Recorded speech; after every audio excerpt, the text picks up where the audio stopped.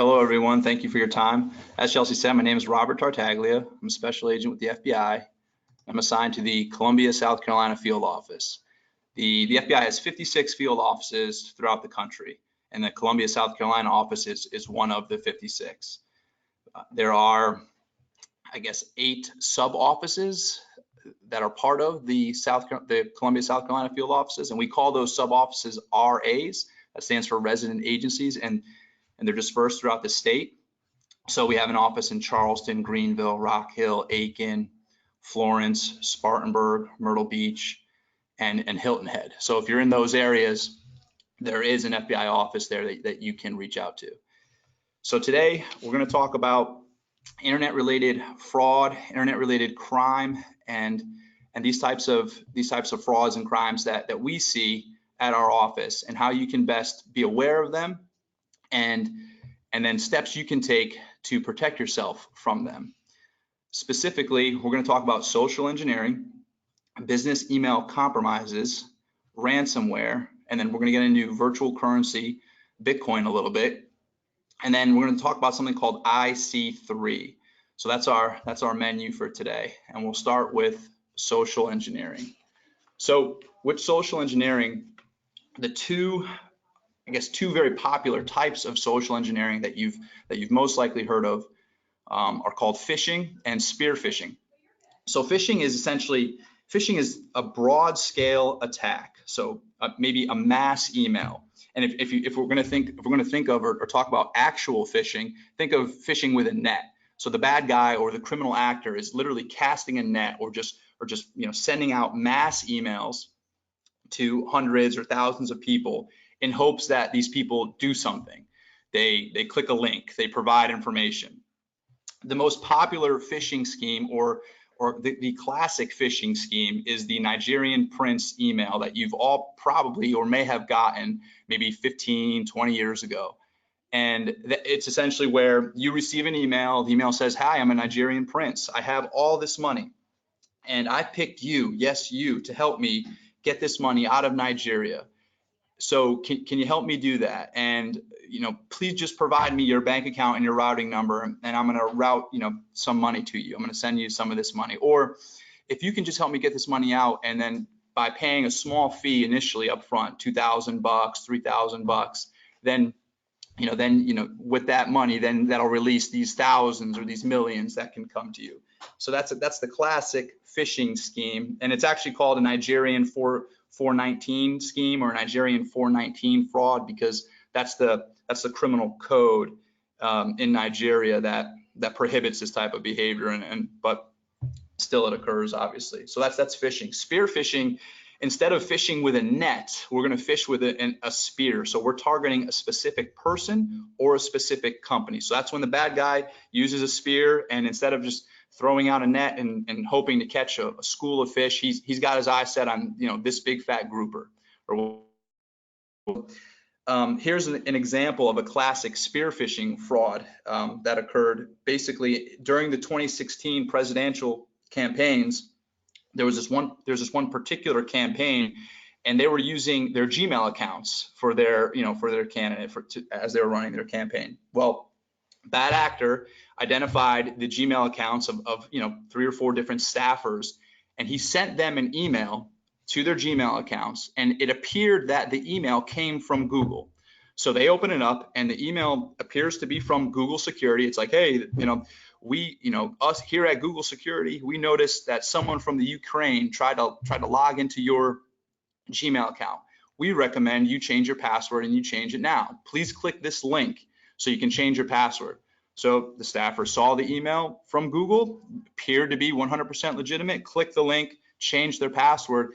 They did in fact change their password because the bad actor was savvy enough to allow it to do that, but them inputting their new password, that also kicked it to a server that the bad actor had access to. So now the bad actor had their Gmail passwords, was able to get inside their email accounts and monitored all their traffic.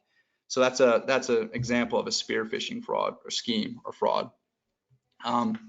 Next, we have whaling. Whaling is very similar to spear phishing, except it's going after a C-level individual or C-suite individual. CFO, CEO, CIO, what have you. So it's a targeted attack, a targeted, social engineering attack against an upper management, some boss, some executive, and that's what whaling is. So here we have a list of more social engineering types or tactics. You'll see the first three: phishing, spear phishing, and whaling. We've talked about. Catfishing is the next one there. So catfishing, or otherwise known as romance schemes, that's where you're on social media and you meet someone, and then they're a few days later they're telling you that they're in love with you, right? You start some conversation, maybe spark up some chemistry, and now they're in love with you. Well, they're then, the next step usually is, hey, can you please send me some money? I'm in a jam, things are really tight. And where we see catfishing frequently or often is, unfortunately, the elderly, specifically elderly widows. So they're in their retirement years. They've got a nice, or the widow would be in their retirement years, have a nice nest egg or retirement fund, and unfortunately they're lonely. Meet this person, start using the internet, meet this person online. This person's probably in Nigeria, probably in Asia, and they start this relationship. The person has a lot of time, so it could even go on for years, and then essentially coerce the widow to continually send them money. And we've seen widows lose thousands and thousands of dollars just sending them money, because sometimes when we go talk to them, they're truly and literally in love with this person and believe that this person's going to come and live with them, and they're going to start a relationship, and they're going to be together and spend those golden years together, and really that's not true. A funny story, my last name's Tartaglia, right, as I said in the intro, and I went and I talked to an old lady who was sending thousands and thousands of dollars to Nigeria, and we saw through bank transactional records that this was occurring, and she just sat there with tears running down her face, and it was gut-wrenching to view this. And we told her that this is a scheme, this is a fraud, this person is a criminal, is a thief, and they'll get to the point where they won't believe you, or they won't believe their family members who are telling them, hey, stop doing this, this is wrong, they'll deny it. It's just it's the love is blind aspect of things. And but anyway, we talked to her, and she promised to never not do it again, and to stop doing what she was doing and whatnot. But she asked me, she said to me, where are you from? And I said, just where do you think? Just guess. And she's like, are you Middle Eastern? And I said, no, I'm not Middle Eastern, but I'm Italian. And then she said to me, well, I knew you were from somewhere overseas, and I just wanted to say that you have very good English. And I just sat there, and my partner just almost started cracking up, because I'm from Connecticut, and English is my first language. But it was just kind of funny how she thought I was not from here originally. But so next on the list is vishing. Vishing, we're going to watch a quick video on the next slide, so I won't get into that, but that video is very interesting. Under that, pretexting. Pretexting is essentially, let's say you get a call, the bad guy or the bad actor will set up a pretext. The pretext is just a scenario that seems legitimate, and that scenario could be, hey, we're your bank, and we noticed some fraudulent activity. We're calling to tell you about it, and can you give us your PIN so we know it's you? Don't do that. Don't ever do that. If you receive a call from anyone, if you receive a call or an email from a bank asking for information, or from any source asking for information, I always tell people, hang up. Don't give them anything. Find the legitimate contact information for your bank. Find the legitimate contact information for whatever source. The IRS, we were discussing the IRS before the webinar. You get a call from the IRS, you get a call from a bank, you owe money, you do this, you do that, whatever, hang up. Google IRS Columbia, South Carolina office, Google your bank's number, call them directly, ask about it, inquire about it. That's what you need to do. That's the steps you need to take. Never provide information that you receive in an email. Never provide information over the phone. Baiting, next one down the line. This is a really interesting one. So let's say you're driving into work, you're driving in the office, normal course of day, you pull in your parking spot, and right on the white parking line, you see, a flash drive. You look at the flash drive, it says your company's name, 2019 salaries or 2019 commission. And you're like, whoa, what do I, how interesting. One of the, the finance people must have left this here. Well, you hold it, you look at it, you think about it, you go into the office, you shove it in your computer, and now you just put some possible malware or keylogger, which can, every keystroke you make on your keyboard can then be, sent to a server or email to the bad guy. So that's a typical baiting type of social engineering. These are all things you need. Tailgating and piggybacking are the same. Someone following you into a badged area or a secure area. Don't do that. With people you don't know, and you shouldn't do. Some security policies say don't even do that with people you sit next to. But follow your security policy. Don't do that. Quid pro quo. Last one there is essentially like a give to get. So an example of this is, let's say there's a company with 500 employees. Well, bad actor will just literally call several desk numbers, 10, 20, 30 desk numbers in a row saying, hi, this is the IT department. I'm calling about that ticket, calling about that problem. Eventually they're going to reach someone that had a problem or had some type of IT issue. And then they're like, yeah, we're gonna resolve that for you. Sorry for taking so long. Can you just please provide me your username, your password, even though you're not supposed to ever give your username or your password to the IT folks. People forget, people are busy, they want to just get their stuff fixed so they can move on.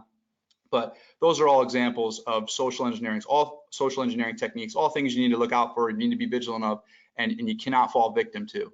And what they want usernames, passwords, information. PII stands for personally identifiable information. They want your social security number, anything that they can use to get money or to use to eventually, line their pockets. That's their goal. It's all monetary based. So up next, we have a video on vishing. Like I mentioned, there's a curse word in this video. I'm so sorry about that. I sincerely apologize for it. I'm going to try to exit the video before it occurs, but this is such a powerful video. And it's so important and eye-opening that despite it, I want to play it.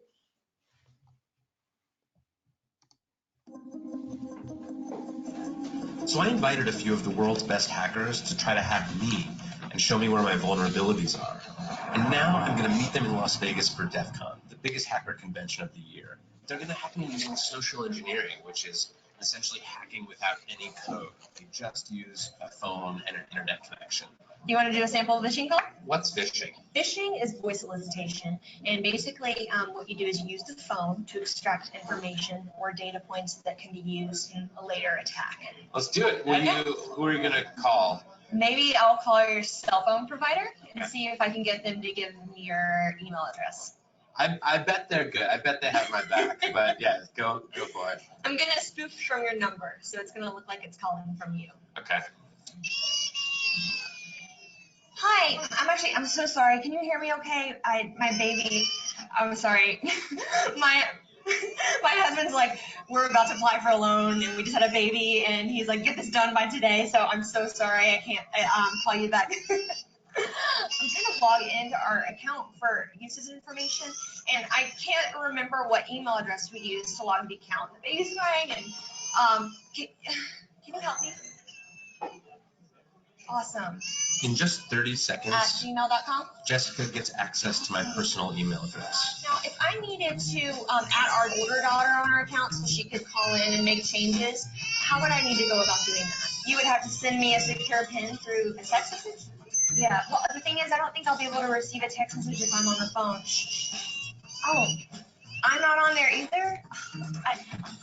So I thought when we got married, he added me to the account. Jess uses my girlfriend's name and a fake social security number 5127 to set up her own personal access to my account. Wait, I'm sorry. So there's no password on my account right now? Can I set that up? She even gets the support person to change my password. Thank you so much for your help today. So she just basically blocked me out of my own account. I'll get her fed after this. All right, thank you. Holy shit. So they just gave...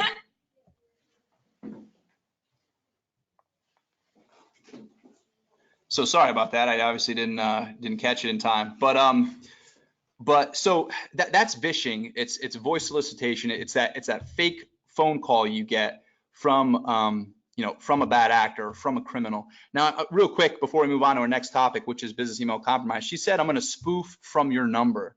So there are apps that anyone can download to where you download this app on your phone, and then when you make an outgoing call, you can input whatever number you want so that the receiving party receives receives what appears to be the phone number you punched in. So that's why she called his cell phone provider spoofing, with his phone number. So when they received it, it appeared that it came from him, and then that's how she went about that. But she's a professional. There are a lot of professionals like her, and you see, with the crying baby, and you see how like emotionally she got into it, and the person at the other end, whoever the cell phone provider was, they were social engineered, and now. If a bad guy really does that, now whatever credit card or bank account that the individual whose account was compromised was using is now in their hands. Now they can make purchases. Now they can withdraw all the cash out of the account, out of the checking account, savings account, whatever. So that's an example of phishing. Switching gears now to business email compromises. So this is something we see so frequently, and it is just it's just a terrible occurrence, and it's essentially just wire fraud to its core. But basically, business email compromise, or BEC, think of it as a way to rob a bank, or more specifically, a way to rob an individual's or a company's bank account without the gun, without the mask, without the bag going to the bank. So how it's done is this. Let's say an individual who handles wire transfers, who handles finance at a company, that individual will receive an email from a manager, some person in upper management, or whoever is in charge of authorizing payments. They'll receive an email, the finance person will receive an email from them saying, hey, you need to wire out $100,000 to this company, to this bank account. You need to do it today because we're going to incur fees if we don't pay it now. So the person receiving this email thinks, okay, I'm going to be a good employee. Boss says to do it now. I'm going to wire out this money. Bam, wires out the money. Well, the thing is that the email they received wasn't from the boss. That email was either spoofed or either a compromised email sent to them appearing to be from the boss. That the money was wired. The money, once it hits that fraudulent bank account, once it hits that bad guy's bank account, bad guy takes it, wires it to another account, to another account, to another account, ends up in Eastern Europe, ends up in Asia, ends up in Africa, then it's withdrawn and it's gone. So that essentially that is a business email compromise at its core. And we'll unpack that a little bit as we move on. So real estate, here's where this can impact you all the most, and where we see this frequently. So let's say you're working with a customer. And you found the house they want. The closing's right around the corner. They're going to put their down payment down, whatever it is, 10, 20, 30, 40, however much it is. Well, right about the time the down payment is supposed to occur, the buyer receives an email either from a realtor, one of you, or from the closing attorney saying, hey, instead of wiring the down payment to this account, please don't do that anymore. You're going to wire it to this account. The buyer has been emailing with the realtor for weeks. The buyer has even been emailing with the closing attorney for the last week or couple days, however it works out. Buyer doesn't think anything of it. Buyer wires the money to the wrong bank account because the email they received wasn't from you, the realtor. It wasn't from the closing attorney. It was from a business email compromise actor, from a bad actor, either through a spoof or through a compromise. I'll unpack those in a minute so you'll know what I mean. So then that money then is wired off, and same thing from that bank account to another, and it ends up being gone. This is really prevalent. We see it often. Again, it is gut wrenching. So one thing if I could have one takeaway is, please, all your customers, please notify them of this type of activity and its potential. Take it serious, educate them, and tell them that you will never email them to change a bank account that their down payment will get wired to. Tell them if that ever occurs, you will call them. Always have some type of voice verification. And then same thing with the closing attorney, however that individual is chosen. Make sure that the closing attorney never emails a change in a bank account to a buyer. Have it be, again, a voice call or some type of other, even in-person confirmation if that's possible. But it's frequent and it's devastating. So that's probably the biggest takeaway, the biggest thing to watch out for, and it's prevalent. We see them often. We see that frequently. So legal services, really quick, and then I'll get to the rest of them. Legal services is, okay, a law firm, bad actor gets access to someone in the law firm's email account, a compromise of the email account, and is monitoring the law firm's email. Well, then the bad actor will see, okay, this individual is set to receive a large inheritance of $300,000. This particular law firm is mitigating it. Well, bad actor sends an email to the law firm appearing to be from the individual who's supposed to receive the inheritance, and then says, hey, please don't wire the money to this account. Wire the money to this account instead, which is the bad guy's account. Law firm does. That's an example of something we've seen. Business to business commerce. It's just in any type of business, in any type of where someone's wiring money, we see these business email compromises. And then I have some statistics that are pretty scary that I'll share with you later on. But that's what just business. That's what I mean with business to business there. Database and W-2 theft. Okay, so same thing where bad actor sends an email. The emails appears to be from a legitimate source, going to like someone in HR of a company. That the person in HR receives the email and says, hey, send all the W-2s for every single employee of this company to me, please, because we're whatever. We're going through some audit. We're going through this, that, the other. HR individual sends the email of all the W-2s. Everybody knows what's on a W-2.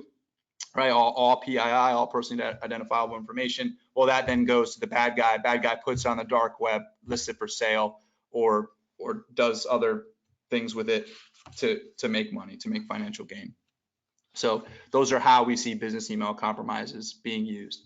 Okay, here's an example of a business email compromise. I'll read it real quick. I know you're perfectly capable of reading it too, but in regards to an acquisition that we are currently undergoing, attorney Michael Meyer is going to be contacting you. Please devote your full attention to his demand to acquire some accounting information so that we can finalize this deal. Okay, so employee receives this email, right?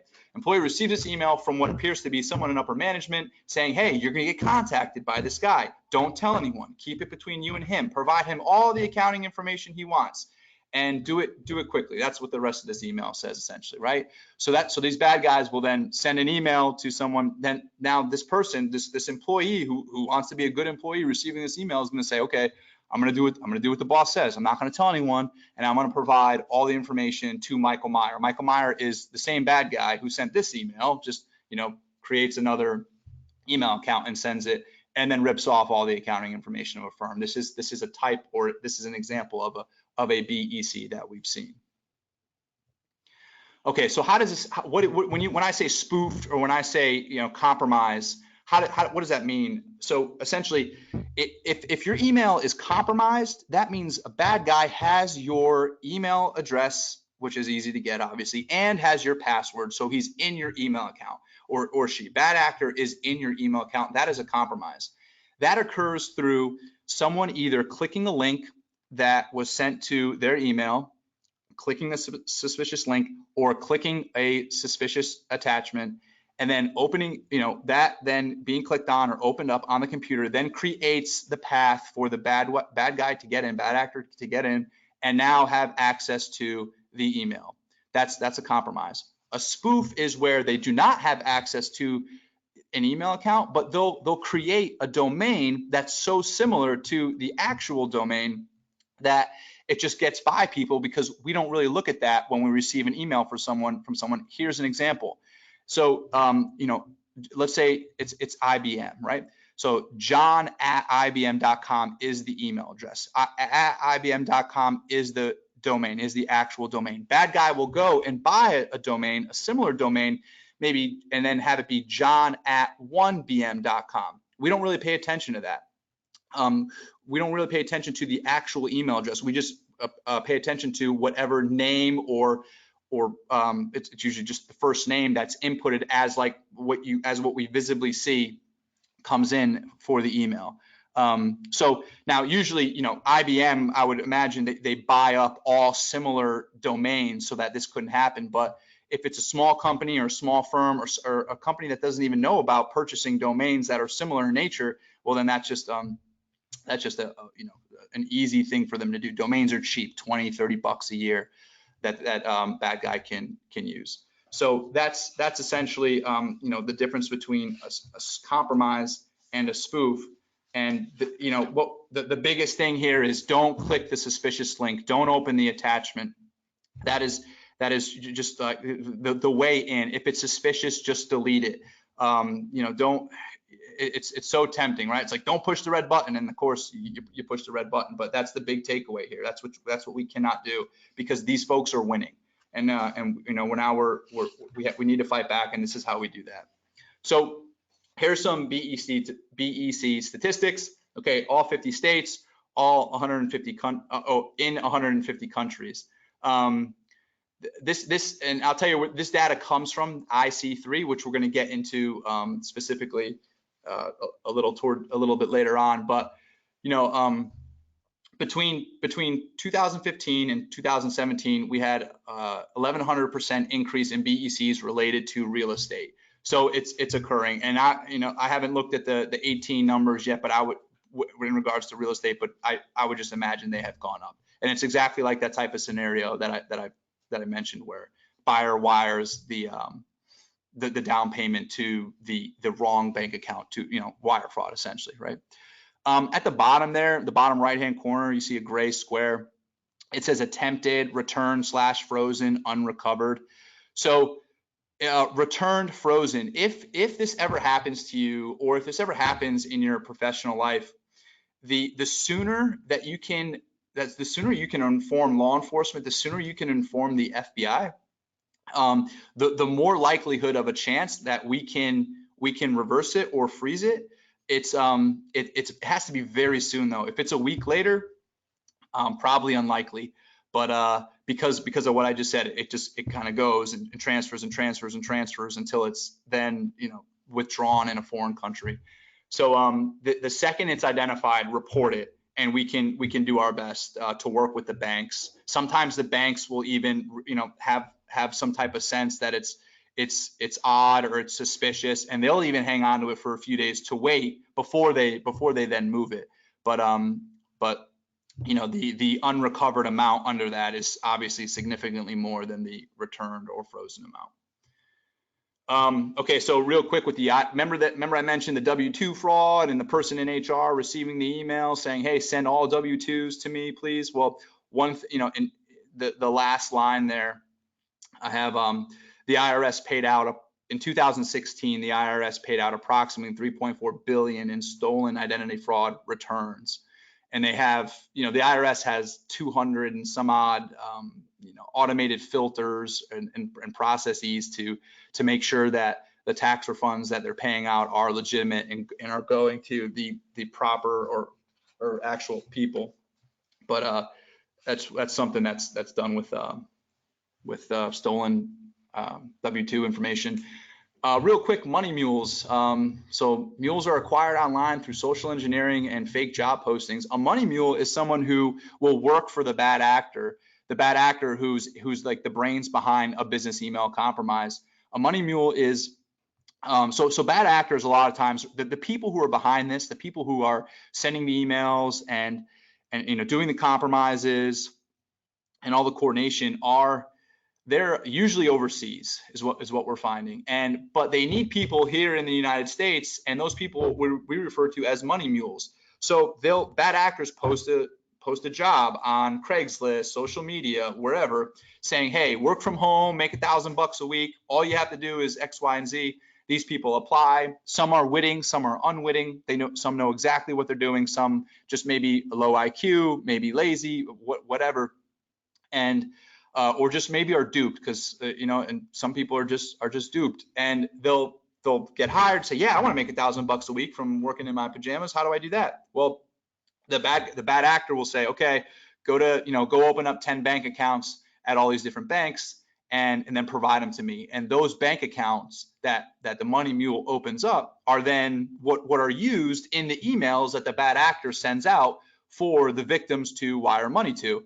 And it becomes really difficult to track down, because when we're notified of a business email compromise, the first thing we do is issue a subpoena to the bank that received the first wire transfer, and that comes back to usually a money mule. And then we go talk to that money mule, and the money mule says, whoa, well, I got hired from this job and I was supposed to do this, and here's the person's name that contacted me. But the person that the bad actors is a little savvy, obviously. So calls them from a spoofed number, emails them from a bogus, from a Google Voice number that they'll call from, or emails them from an email account that they've used a couple times, signed up with using a proxy or an anonymizer like Tor. So getting an IP address to the actual, bad actor is a nightmare. Anyway, that's in essence, that's what a money mule is. So we see business email compromises across the board. They're scary. Here's an example. Here's a scary one of an example we had at our office. So bad actor compromised an individual's email account. Bad actor monitored the individual's email account and saw that the individual was receiving emails from his retirement, his 401k company. Bad actor then says, okay, let me try these. Let me try the same password and username for this, for his, whatever, E-Trade or whatever it was. It wasn't E-Trade, but I'm just, for example's sake, for his account. And gets in and now has access to his 401k. Then the bad actor had enough information on this individual to set up to where he was going to have the 401k cashed out. Individual or victim wasn't of age to do that, so got hit with the penalties, but withdrew $450,000 from this individual and had enough information to set up to where the check was going to be mailed to an address, a bogus address that the bad actor had access to, and then essentially got away with all those steps. So that's just an example of something we've seen. Another example is payroll scheme. So you work for a company, you get your automatic deposits of your paycheck every so often, and HR of that company receives an email appearing to be from you saying, hey, please no longer do a direct deposit into this bank account. I've switched. Please do start doing the direct deposit into this bank account, which is the bad guy's bank account. And my partner and I were at a business and we were talking to this business about something completely unrelated, but they told us then that they had an employee who went 4 months without receiving his paycheck, and then asked them like, hey, why am I not receiving my paycheck? And they're like, well, 4 months ago you sent us an email saying, we want to switch bank accounts. And employee was like, that wasn't me at all. I have no idea where that came from or whatnot. So that's just another example of things we see. And so, a point takeaway here is go to your HR, say, or whoever handles your direct deposits, and say, I will never ask through email to change my bank account information. I want you to put a note in my system, in my profile rather, saying I will always call or I will show up here in person to do that. And that's a step you can take to mitigate that. So for this slide here, visit policy, revisit your policies and procedures. So policies, what you can do to mitigate business email compromises are phone calls. That's the best way to do it. Never rely on email, especially when there's a lot of money involved, when there's any money involved, but because of this occurring so rampantly. So tell the buyers you're going to call them by phone and say if there's any change in bank account information.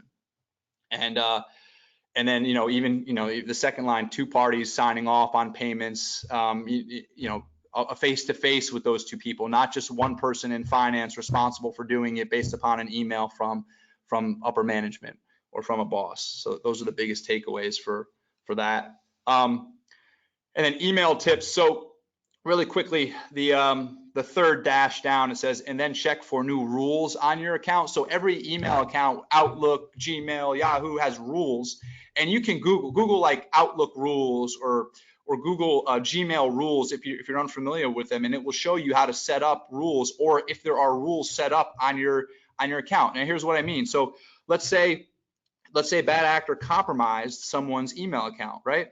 And then sends an email. So the bad actor is inside the upper management's email. He has access to it. Well, he can't, the actual person whose email account that is has to still access it, right? So he's not going to change the password, because then the person's going to be like, hey, I can't get in, what's going on? So what they do is they establish rules. So bad actor sends an email to the finance person saying, hey, transfer this money, email me when you're done. Well, when that finance person emails back, it's going to be in the inbox, right? So eventually the individual in upper management, the C-suite person, is going to see the email. Hey, I wired out the money, just like you said, it's done.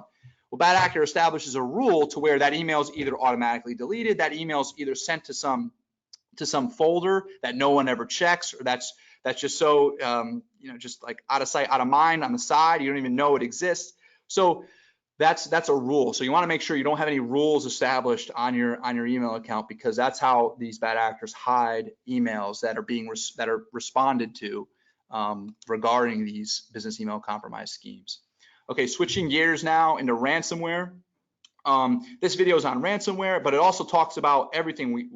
Social engineering. It talks about the buying a domain. You'll see that this hacker here is going to buy a domain similar to the business that she's hacking. But this is just another good representation. Then we'll talk about ransomware a little bit.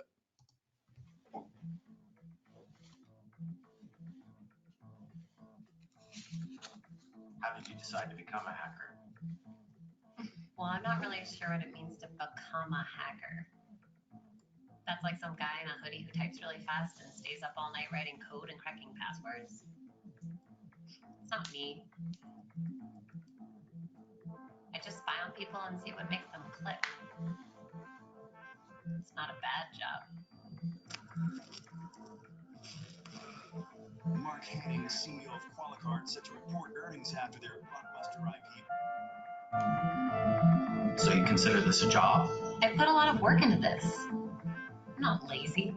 It takes research to figure out the key players, learn all about them, their families, their friends, what they care about. You have to understand the company's organization. I get a lot of my information from the sales department because they're always so quick and eager. They're hungry. People trust too easily. They don't look at the details. I do.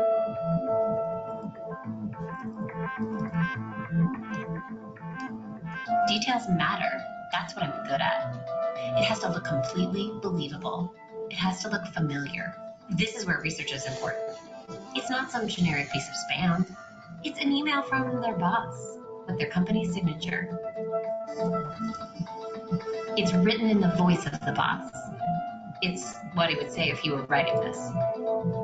What about the malware itself? How does that work? Somebody else out there already wrote all the code that does the actual attack. I'm just using it in the attachment. My skill is in my ability to get a bunch of people to click on that attachment. I always wonder what it's like when the whole thing unfolds on their end, when the panic sets in. Please leave your message after the beep. Hey, this is Rashid in finance. Call me as soon as you get this. Something's up with my laptop. Katie, are you on your way to the office? Something's going on with our file server. It's Karen and HR. Our benefits dashboard thing is really slow. We're getting calls from users on it. You can always get this. Just in conference now. Apparently, there's a malware attack targeting our main. It's ransomware. They're holding us hostage. We're locked out of everything. I can't even check my phone. What about the backup? That will take days. We need this fixed now. Hey, we don't have a choice. We're reporting earnings in 2 hours. But how do we know that they'll? Hey, put every single person on getting this back up and running. That's the only priority now. Okay, it's done. I have the decrypt key.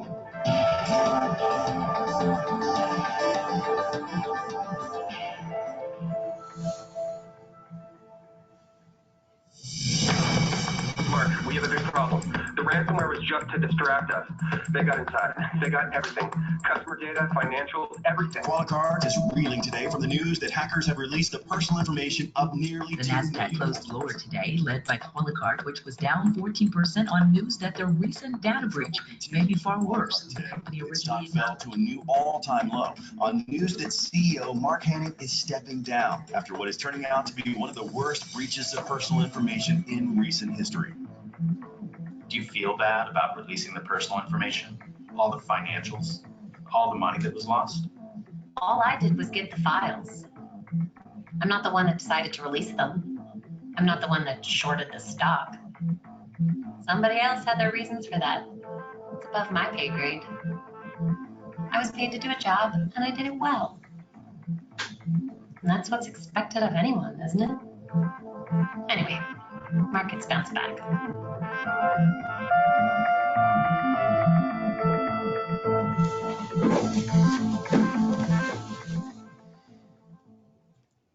Okay, so that was a an all-encompassing video of several parts of an attack or a hack or a compromise. But you saw the social engineering she did, the research on Facebook. You saw if you notice, she bought a domain, Qualicart, but instead of an I, she used 2 L's. So that was how she sent the email to the employees, appearing to be from the CEO, and then with the attachment that they then clicked on and then downloaded the ransomware. And ransomware is software or malicious software known as malware, right? Everyone's heard of malware that once has access to your computer system through the clicking of an attachment, just like we saw in the video, through the clicking of a link, it then encrypts everything. It encrypts everything on your computer, or it can encrypt everything on your network, depending. And this is what you may see. So 2 things real quick. If it happens to you at home, if this happens to you at home and you become a victim to ransomware and you're encrypted, the best mitigation strategy is to buy a $50 or $100 external hard drive. You plug that thing into your computer, you save all your stuff onto the hard drive, then you unplug it and you put it somewhere on a shelf for a little while. You do that every so often and update it so that you have it. So if you ever become a victim of ransomware, there's your backup. It's on this hard drive that you've saved. Really easy to do. Most people I talk to at home, they have their pictures are very valuable to them. They have a lot of tax information, financial information, for personal computer. That's how you mitigate that. That's the best strategy. And if you now switching gears to work or to your office, that's up to your IT department. That's up to your chief information security officer and their strategies and their policies on how to back up, and protecting the company from that. But they can have the best stuff. They can have the best firewalls. They can have the best intrusion prevention, intrusion detection systems. But if you, as the employee, click the link, if you open the attachment to a bad email, then you're going to let that in. And so it's really on us. It's incumbent on us as just employees and of a company to not do this, to not have this occur, and to just be as vigilant and as witty as possible. But so that's what it might look like on your screen. Here's another example. Now this variant of ransomware is called Bad Rabbit.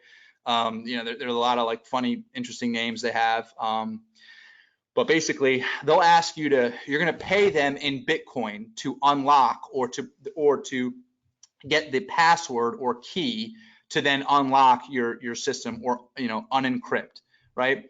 And that gold coin with the B in the middle, that's the symbol for Bitcoin. That's how much they're asking for.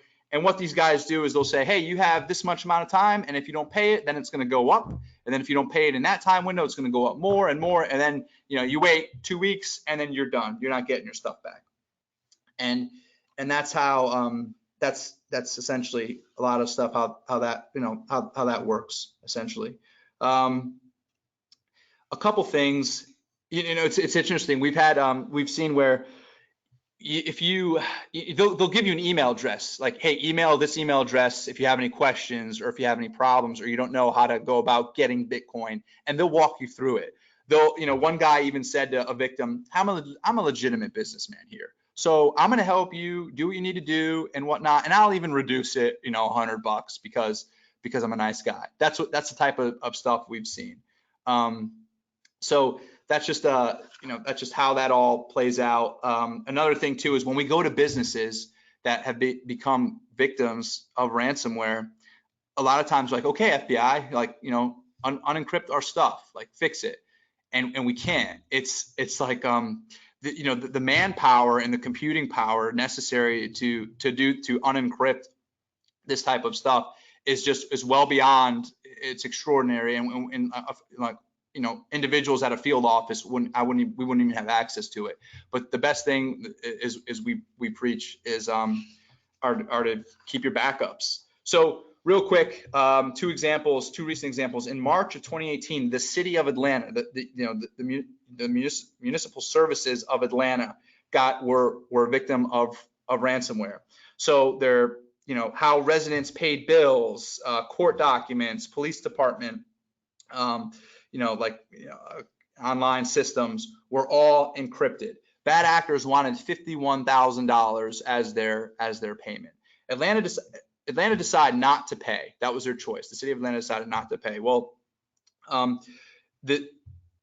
initially I read reports that it ended up costing them $2 million to mitigate it. And then I read another report that it was upwards of 10. And I just read another one that right now it's about $17 million that they've had. I don't know if that figure of that 17 million is true, but that's what it has supposedly cost them to fix this, to get their systems back up, to revamp everything, so they're up and running again. And a lot of folks ask, well, if you pay, can't they just not give you the key and have it to where you're still encrypted? They could, but I would just say that the majority of cases I've seen, the high majority of cases I've seen are where when the ransom is paid, the decryption key is provided, and these victims are given back their files, their access to their servers. Not to say, but there is a bigger issue here, because they got in one way and they're still in once they've given them the key. Another example, Jackson County, Georgia, in March of 2019, same thing, ransomware attack. The county municipality services in Jackson County, Georgia, they requested $400,000 in payment in Bitcoin, and they elected to pay because they estimated that it was going to cost them well beyond that $400,000. But it's just interesting. The city of Atlanta a year before was a victim, and the bad guys asked for $51,000. A small county in Georgia a year later, and they asked for $400,000. So it's just kind of interesting, maybe why the big difference there.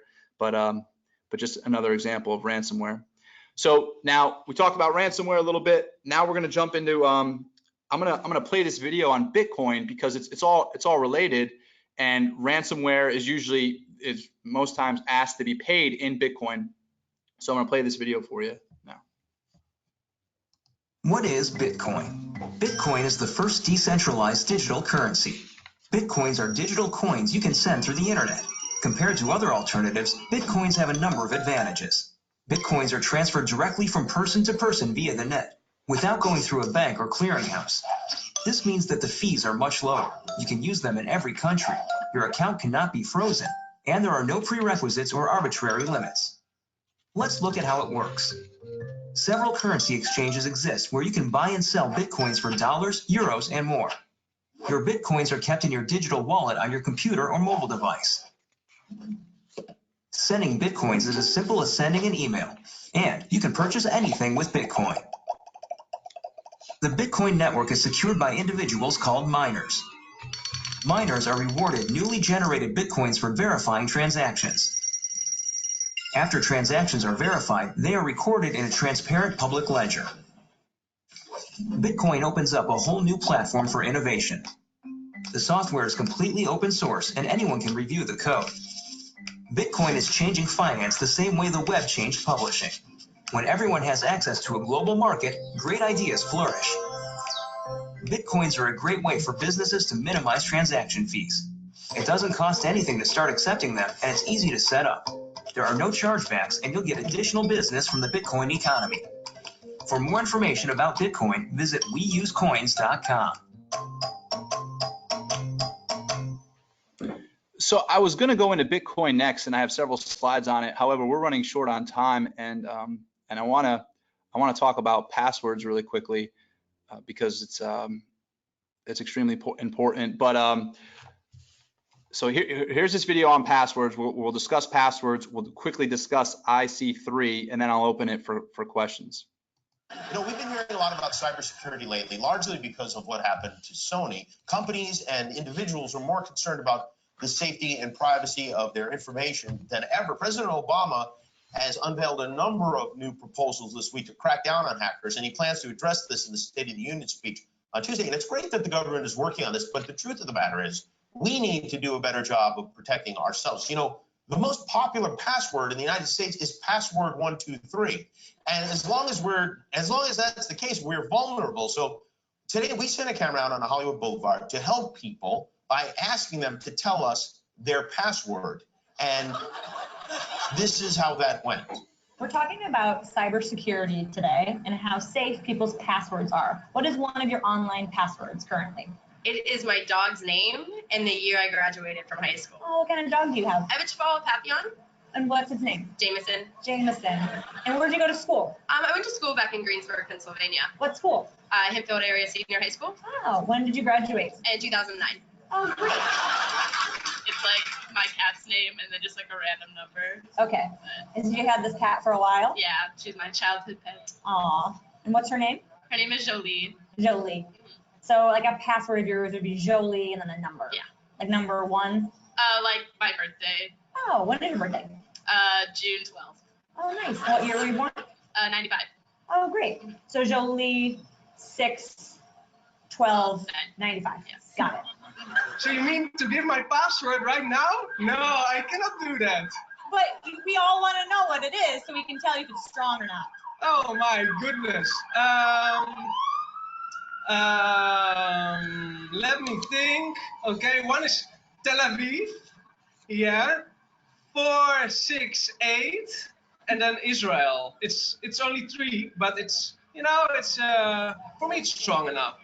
Ireland 1 2 3 4. Gemma 1 2 3. Spell Gemma. Well, most of them are Italian. Oh, beautiful. Yeah. Like so what? Like what's a good Italian password? My grandma's name. What's your grandma's name? Maria. Maria.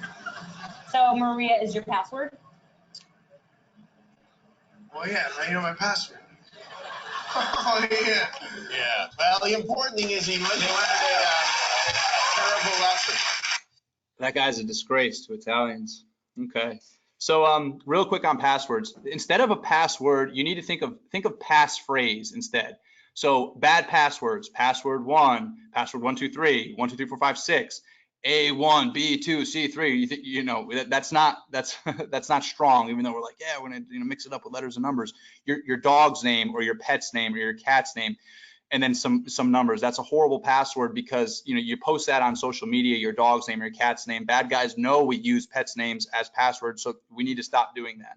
Here are better passwords, passphrases. So some numbers, right? Like 582.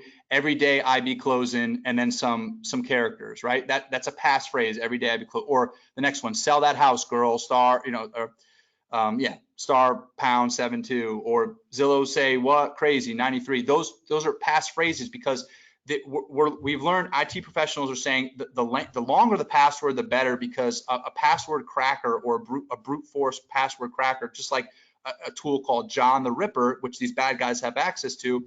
The longer the password, the better, but it doesn't have to be long and complicated to where you can't remember.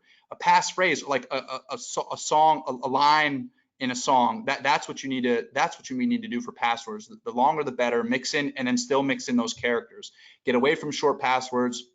They're so easy to crack. And password keepers are something to consider. So you can do some Googling to determine if those are for you, but they store all your passwords in one place called a vault. They can even make strong passwords for you. The downside is, though, if an attacker ever cracks your vault, then he or she would know all your passwords. However, most IT professionals agree that password keepers are the way to go, and they're much better than just keeping them all on an Excel spreadsheet on your desktop. So, and then lastly, multi-factor authentication. These are things, this is so easy to do if you just, add that to your, get a text message, and once you punch in your, your password and then punch in that text message. Yes, it's a little annoying, but it does keep us safer. So that's yet another another way to be better. But passwords. So last point on passwords. When a bad actor compromises a business or compromises like some type of website and then pulls all that username and password information onto their servers. So those passwords are hashed, right? So that means they're not in the clear text. However, they have password crackers that they use to then make them go from that hashed or semi-encrypted form into the clear text. And if your password is simple, that's going to be so easy and quick for them to do. Then they take that and then they post it on the dark web for people to buy, and then they buy it and use it against us. That's how that happens. So we need to have strong passwords, and we need to change our passwords every 3 months, every 6 months, because if our passwords are ever compromised and a bad guy has them and he runs John the Ripper against them, and then they're then put in the clear text, well, if we've changed it, we've done our diligence to change the password every 3 months, every 6 months, well, then that password that the bad guy now has is old. It's wrong. Last slide here is on IC3. IC3 stands for the Internet Crime Complaint Center, which is this is an FBI website and an entity. So it's a website we stood up and we run, and we have people that work there, and it's what we ask the public to do to report internet-related criminal activity. So it's just like filing a police report, but instead of filing it at the police department, you're filing it with the FBI through IC3. So any type of cyber fraud or cyber criminal activity that you encountered, that your friends, relatives have encountered, point them to IC3. This is something we're really pushing because it helps us. It then, like, if you put in an email address, a bogus email address of someone who I apologize about that. If someone a bogus email address of a bad actor, well, then that's now in our systems and we can have that on our radar. So that's all today. Thank you all so much for your time, and I'll open it up for questions.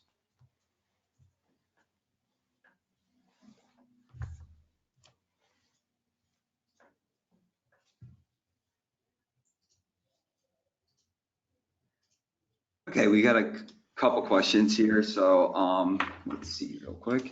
And if anyone has any questions, feel free to type them in the questions tab, and we'll go through as we get them until we clear them all out here. So we've got a question. Someone said there doesn't really seem to they don't ever seem to hear any news stories about arresting these cyber criminals. They were wondering if arrests are being made, and are the crooks usually overseas, and are any foreign law enforcement organizations assisting with us trying to get to that? Good question. So yes, a lot of them are overseas. A lot of them are overseas, and they're in countries that we're not, I guess, on the best diplomatic terms with. So if we encounter a cyber criminal, we know he's in Russia, and we go to the Russian authorities and say, hey, we know so-and-so has done cyber fraud, cyber criminal activity in the United States. Russia's going to say, hey, sorry, you're not having him, you're not arresting him. So that happens often. We have worked with other countries who will work with us, and we have identified hackers in their country and have arrested them together, joint FBI and whatever the FBI equivalent in those countries are. I've worked specifically on cases where it happened where we knew the bad actors were in Japan and they were apprehended, so that was a big victory for us. So here's another example. Like an individual in Nigeria who's arrested, even though we get the FBI, we get along with our counterparts in Nigeria, the federal authorities there. extraditing them or getting those people to come to the United States so they can sit in front of a jury and then face charges here is really difficult. And even though we get along with those countries, bringing those folks here to have them serve, have them stand in front of our judges is an extremely difficult process that the governments, the governments in other countries put up a bumpy road for us during that process and whatnot. So we do our best. The money mules that are really those first line folks, and some of them will go to jail, especially if we can prove they know exactly what they were doing and was fraud and they were witting. But a lot of these big time actors are overseas.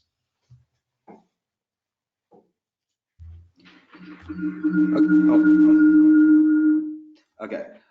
Sorry about that. We also have another question here.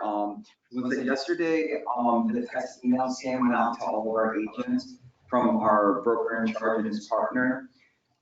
It was about buying gift cards, and our broker in charge is verifying, so it's actually believable that was from him. And is there anything that they can do to stop those kind of attacks? You're good. You don't need to touch that. Okay. So yes, we've seen the gift card stuff where an authority asks folks to go buy gift cards, go buy iTunes gift cards, scratch them off, email me the the numbers on there. Unfortunately, no, it's kind of we can't. Can we stop that? No, we can't stop it. People are bad guys, bad actors are getting more creative and doing more and more to just gain hurt victims, hurt us, hurt good citizens, and line their pockets and gain money, and they'll do it every which way. And I mean, if we identify them and then have the evidence and proof, absolutely we'll arrest them. That's what we do. That's what we do every day and work towards. But stopping them from doing it on the onset, and it just to me that just goes to the free will thing.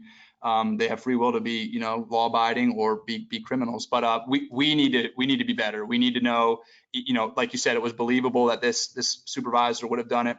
You still need to call. You still need to call. You need to verify. You can't just take a text. You can't just take an email when it comes to money nowadays because of these, unfortunately.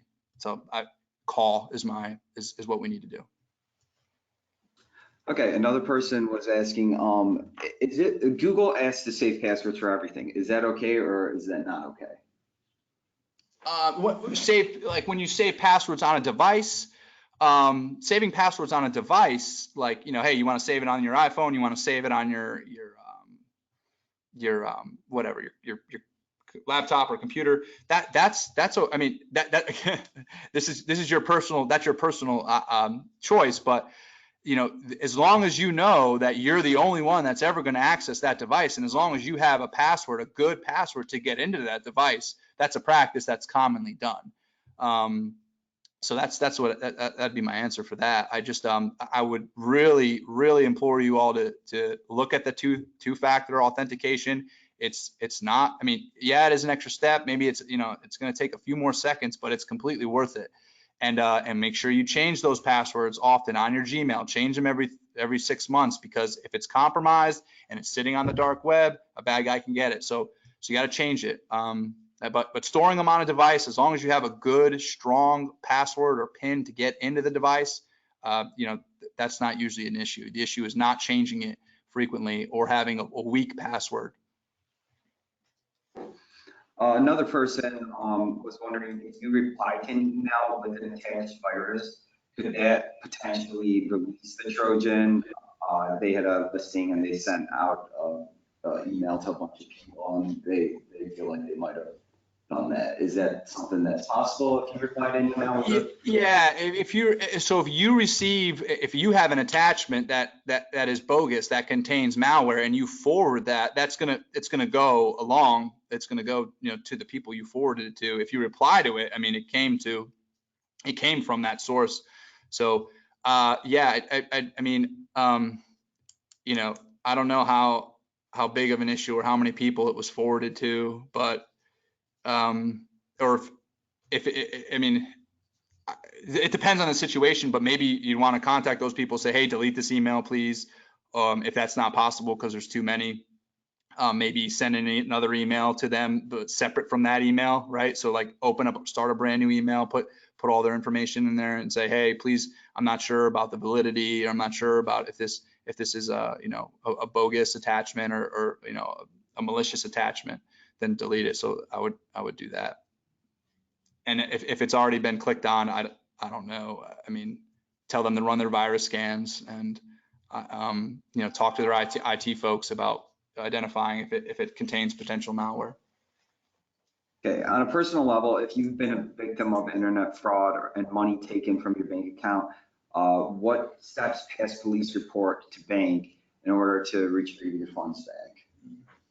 This is the hardest part. File an IC3 report that I just mentioned. File a police report. It's really difficult to get your money back. I'm not saying it's impossible. I imagine you talk to the bank right away. But here's the problem. We have, let's say, we get, several of these types of fraud in a week. And, like we get a couple that are $1,000, a couple that are, $5,000, and then you have, 3 that are like $500,000. Just due to the share loss, we have to work those $500,000. And then just due to the shortness of resources, and then unfortunately, when we follow this money, it ends up being, and I'm not saying it's impossible. I'm not saying it can't happen, but the money ends up being overseas, and then the money ends up being withdrawn from an overseas account. And it's just one of those things that the best way to protect it is from the beginning. And I know that doesn't help in this case, and I'm sorry, but it's really hard. I'm not going to say impossible, but it's really hard. So I'm sorry about that. Okay, we've got a lot of questions here, but we're just going to do a few more because we don't want to take up too much of Robert's time.